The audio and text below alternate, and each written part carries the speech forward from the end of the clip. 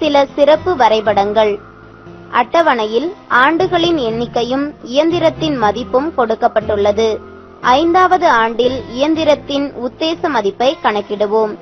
நாம் கொடுக்கப்பட்ட அட்டவணையிலிருந்து x இன் மதிப்பு பெருகும் போது y இன் மதிப்பு குறைகிறது என்பதை அறியலாம்.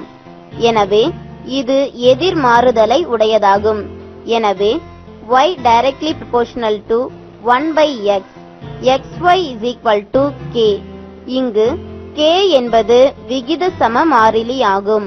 மேலும் அட்டவணையிலிருந்து k சமம் 1 பெருக்கல் 1000 சமம் 2 பெருக்கல் 500 சமம் 4 பெருக்கல் 250 சமம் 8 பெருக்கல் 125 சமம் 10 பெருக்கல் 100 சமம் 1000 என்ற தொடர்பினை பெறலாம். இத்தொடர்பிலிருந்து xy சமம் 1000 என குறிக்கலாம்.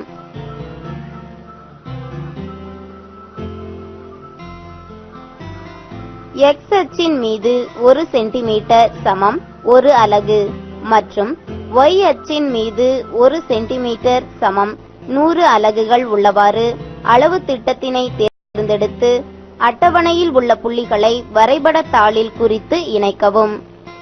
வரைபடத்திலிருந்து 5வது ஆண்டில் இயந்திரத்தின் உத்தேச மதிப்பு ரூபாய் 200 என அறிகின்றோம்.